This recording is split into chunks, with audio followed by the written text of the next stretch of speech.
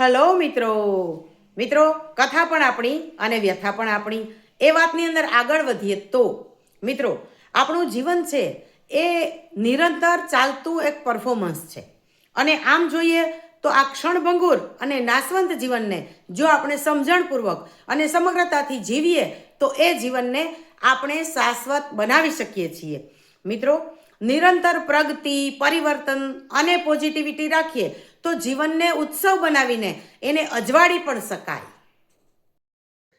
મિત્રો જીવન એ મૃત્યુથી તદ્દન ઉલટું છે મૃત્યુ એટલે જડ સ્થિર અને શાંત જ્યારે જીવન એટલે ચેતન પરિવર્તનશીલ અને ખૂબ જ પડકારરૂપ સ્થિતિ આને કહેવાય જીવન મિત્રો આપણે બધાએ એક વાત છે એ કાયમ માટે મગજની અંદર યાદ રાખવા જેવી છે કે આપણે બધા જ અત્યારે જ્યાં જ્યાં છીએ જે રોલમાં છીએ જે સ્થિતિમાં છીએ ત્યાં આપણે કાયમી રહેવાનું નથી આપણો રોલ પૂરો થતાં આપણે ત્યાંથી નીકળી જવાનું છે ફરી પાછો નવો ખેલ નવા પ્રેક્ષક નવા દર્શક અને નવી દુનિયામાં આપણે જવાનું છે તો આવું ક્ષણભંગુર જીવન છે બહુ ટૂંકું જીવન છે એને આપણે સરસ રીતે જીવી અને એને આપણે યાદગાર ન બનાવી શકીએ મિત્રો જીવનમાં ગમતી વ્યક્તિ ગમતી વસ્તુ કે ગમતી પરિસ્થિતિ મળે તો શું થાય તો કે આપણું જીવન છે આપણું શરીર મન અને અસ્તિત્વ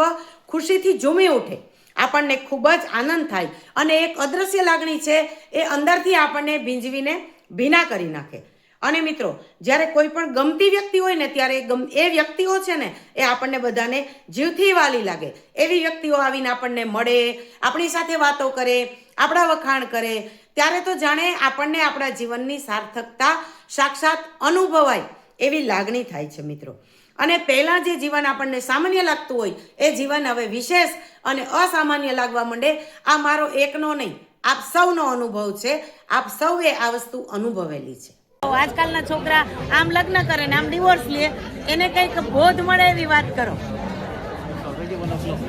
બેટા હવે સુખી દાંપત્ય જીવનમાં તો એવી વાત છે કે બેયની વિચારધારા જો મળતી હોય તો એ લાંબો સમય ટકી જાય અને એનાથી જે વંશવૃદ્ધિ થાય એ પણ બહુ સારી રીતે હોશિયાર અને ચાલાક નીકળે અમારે બેયની વચ્ચે એજ્યુકેશનનું સમતોલપણું હતું પણ આર્થિક રીતે જરા બે કુટુંબમાં ઘણો ડિફરન્સ હતો પણ છતાં મારા સસરાએ એ મારા ઉપર વિશ્વાસ મૂક્યો અને અમારા બેયના લગ્ન થયા એ પછી વારંવાર અમારી બદલી થતી અને અમે ફરતા જુદા જુદા સેન્ટરોમાં ત્યારે પણ એમનો મને મારા પત્નીનો બરાબર સહયોગ મળ્યો અને અમારા બેના દાંપત્ય જીવનમાં જે 4 છોકરા નો વંશવેલો આગળ વધ્યો એ ચારે એટલા બધા ચાલાક અને હોશિયાર છે અને એમાં નાનો રોહિત તો ખૂબ જ વધારે એટલે એ અમારું સફળ દાંપત્ય જીવનનું સુખરૂપ ફળ છે પછી બાળકોને એવી ઈચ્છા થઈ કે અમે સ્વાભાવિક રીતે તમારા લગ્ન વખતે તમે હાજર ન હોય પણ હવે તમારા આટલા 62 વર્ષના લાંબા લગ્ન જીવન બાદ અમારી ઈચ્છા છે કે તમે ફરીથી એ રિહર્સલ કરો અને એ રીતે ગઈકાલે અમારા લગ્ન થયા અને બધા છોકરાએ આનંદ લીધો સાથે સાથે અમારા કલ્પુબેને પણ આનંદ લીધો એનો અમને વિશેષ આનંદ છે થેન્ક યુ મામા થેન્ક યુ જોયું ને મિત્રો પ્રેમ નામનું પુષ્પ જેના હૃદયમાં ખીલી જાય છે ને એને તો આ આખું એક ઉત્સવ બની જાય છે એને જે વ્યક્તિ ઉપર આપણે આપણું હૈયું ઓળઘોળ કરી નાખીએ છીએ એવી વ્યક્તિઓ આપણને કેટલી વહાલી લાગે એ આપણને મળે મીઠાશથી આપણી સાથે વાત કરે ત્યારે તો જાણે જીવનની અંદર મનગમતા પુષ્પો ખીલી ઉઠે એવી સુંદર લાગણી આપણને થાય અને એની સુગંધ પૂરા પરિવારને મળે પ્રેમ એ કોઈ એક વ્યક્તિ કે કોઈ એક જ પાત્ર સાથે કરવાનો એવી કોઈ વાત નથી પ્રેમ એ પૂરા પરિવાર સાથે એની અંદર પતિ પત્નીનો પ્રેમ પણ હોઈ શકે ભાઈ બેન ભાઈ મા દીકરો પિતા પુત્ર અરે ખાલી સ્વજન પડોશમાં પણ આવી પ્રેમની લાગણીઓ છે એ ખીલતી આપણે જોઈ છે અને મિત્રો જ્યારે આપણે કોઈ પણ લોકોના વ્યવહારથી ઘાયલ થઈ જઈએ છે ને ત્યારે આવો જે પ્રેમ છે ને એ એના માટે મલમનું કામ કરે છે અને ફરી પાછા આપણા ઘાવ છે એ રૂજાઈ જાય છે. હવે જેના હૃદયમાં પ્રેમનું પુષ્પ ખીલે એના માટે આવું બધું જ થાય.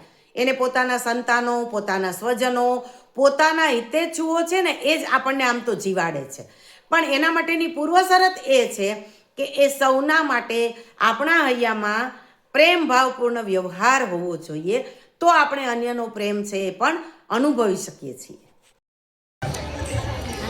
મામી, તમારા સુખી લગ્ન જીવનનું રહસ્ય અમને કહો. જય શ્રી કૃષ્ણ કલ્પુબેન. અત્યારે તમે પ્રસંગે આવ્યા છો, મારા દીકરાને જોને પ્રસંગે, તો મને બહુ આનંદ થયો. અને મારા નણંદને પણ ખાસ લઈ આવી છે કલ્પુ, એના માટે એનો આભાર માનવાનો છે મારે. મીતાબેન એની ભેગી આવી છે, એ પણ ગામડે જઈ ગાડીમાં જઈ સ્પેશિયલ ગાડી કરી અને પોરબંદરથી ટ્રેનમાં બેઠા અને માને સાચવી લઈ આવ્યા છે. હવે તમારા સુખી લગ્ન જીવનનું રહસ્ય. મારા સુખી લગ્ન જીવનનું રહસ્ય કહું તો 64ની સાલમાં અમારા લગ્ન થયા હતા.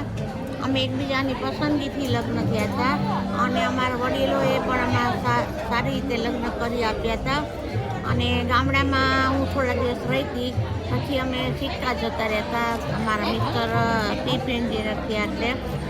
અને પૂરો પર 3 દેર હતા અને એક બેન પણ ત્યાં 2 બહેનો પરણી ગયા હતા. પણ અમારો પરિવાર ભલે આર્થિક રીતે બહુ સદ્ધર નહોતા, પણ મને એને સાચવી લીધી હતી. મારા પપ્પા જજ હતા એટલે અમારા 64 વર્ષ પૂરા થયા. એનું કારણ શું છે કે અમારા બેન એડજસ્ટમેન્ટ મને ધ્યાન બહુ જ રાખે. મારા સાસુ બી બહુ સરસ ધ્યાન રાખતા. દેરાણી જેઠાણીને સુખી સંપન્ન પરિવાર અને બધા બહુ ભેગા મળીને આનંદ કરતા. દરેક પ્રસંગમાં આનંદ કરીએ.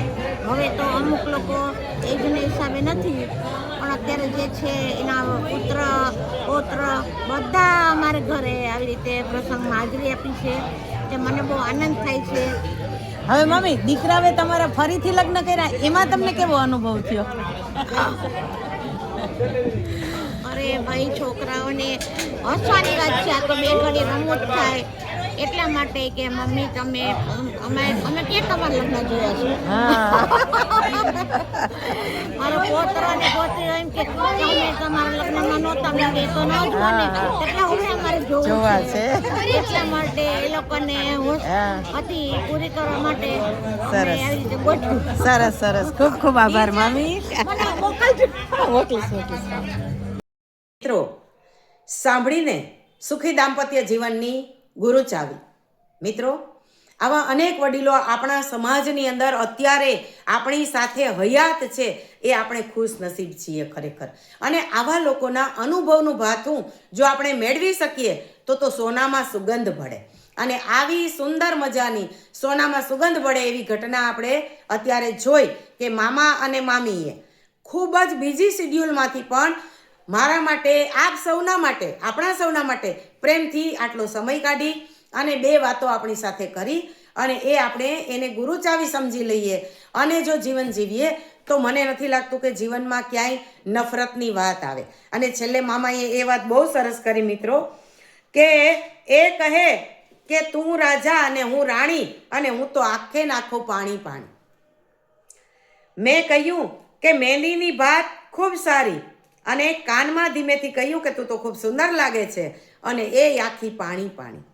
મિત્રો, આજે નાની નાની વાતમાં આપણે પ્રેમની બદલે નફરત, ઘૃણા, તિરસ્કાર, આ બધું એટલું બધું આપણા જીવનમાં વધી ગયું છે કે કદાચ મને એમ છે કે ભવિષ્યમાં હવે એના આપણે રિપોર્ટ્સ પણ કરવા પડશે અને એની સર્જરી પણ કરવી પડશે કે ભાઈ તમારા જીવનમાં હવે તિરસ્કાર આટલો બધો વધી ગયો છે, ઘૃણા આટલી બધી વધી ગઈ છે, નફરત આટલી બધી વધી ગઈ છે, એટલે સર્જરી કર્યા વગર હવે તમે સારા નહીં થાવ, એવો કદાચ સમય આવશે, મને એવું લાગે છે.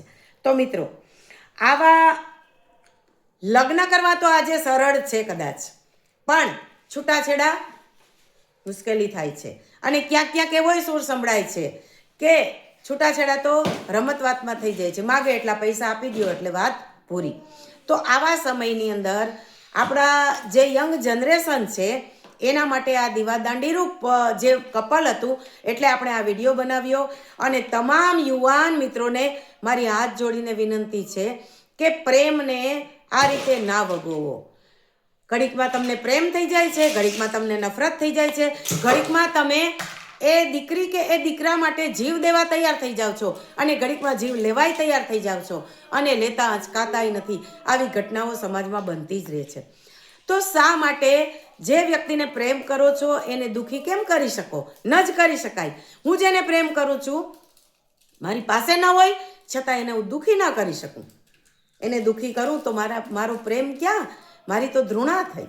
તો મિત્રો, આવી સરસ વાત આજે આપણને બધાને જાણવા મળી એ બદલ મારા મામા અને મામીને ધન્યવાદ આપું છું. આપ સૌને નમસ્કાર કરું છું.